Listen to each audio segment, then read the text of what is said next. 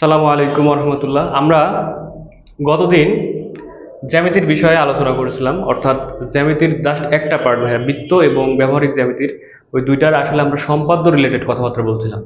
আজকে পরিসংখ্যানের দেখো মাত্র এই কয়েকটা অঙ্ক করলে মোটামুটি তুমি দুইটা সৃজনশীল কমন পাবে। তো দেখো আমরা বিস্তারিত ব্যাখ্যাতে চলে যাচ্ছি। তো 100% ম্যাথ যেটা অবশ্যই চলে আসবে, আর ওটা তোমার হচ্ছে 3 স্টার। এখানে কথা হলো এই যে অনুশীলনীর 12 নম্বর অঙ্কটা, এটা তোমার আনগ্রুপ ডাটা আছে, অর্থাৎ অশ্রেণীবদ্ধ ডাটা। ওটাকে শ্রেণীবদ্ধ করে গড় অথবা মধ্যক বের করতে হবে, এটা ইয়েতে আসবে তোমার ক্ষয়ে। আর লাস্টের যেটা আসবে সেটা হচ্ছে তোমার অজীব রেখা অথবা আয়তলেখ অথবা গণসংখ্যা বহুভুজ। তাহলে ওই তিনটার একটা।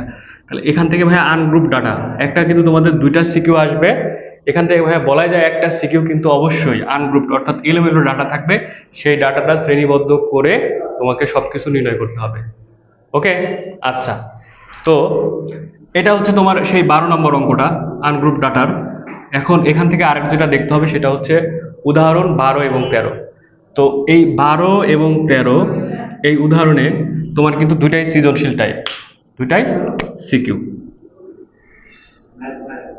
এটাও সিকিউ, এটাও সিকিউ, ঠিক আছে। আচ্ছা আচ্ছা, তাহলে এখান থেকে দুইটা সিকিউ আসবে।